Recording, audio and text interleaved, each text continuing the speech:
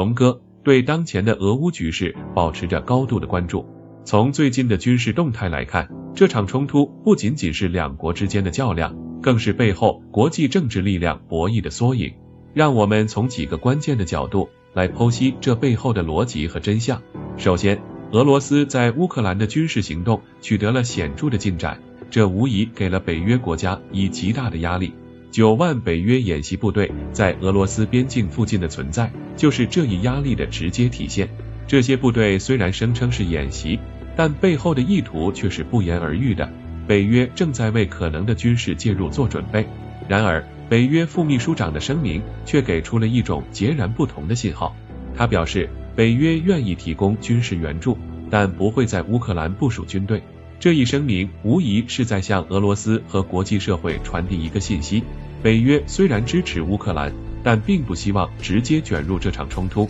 这种态度转变的背后，既有美国对俄罗斯军事实力的忌惮，也有对国际舆论的考量。毕竟，直接军事介入将会带来无法预料的后果，甚至可能引发更大规模的冲突。与此同时，俄罗斯军方的行动也备受关注。战略轰炸机在白令海海域的巡航，不仅展示了俄罗斯强大的军事实力，也向美国传递了一个明确的信号：俄罗斯已经做好了应对一切挑衅的准备。这种强硬的态度，既是对北约国家的一种警告，也是对美国的一种示威。毕竟，白令海距离美国的阿拉斯加西部海岸近在咫尺，战略轰炸机的作战范围足以覆盖美国本土。俄罗斯的军事准备更是让人震惊，增加武器制造数量，签署征兵令，计划举行非战略核武器演习，这一系列动作都表明俄罗斯已经做好了应对西方军事介入的全面准备面。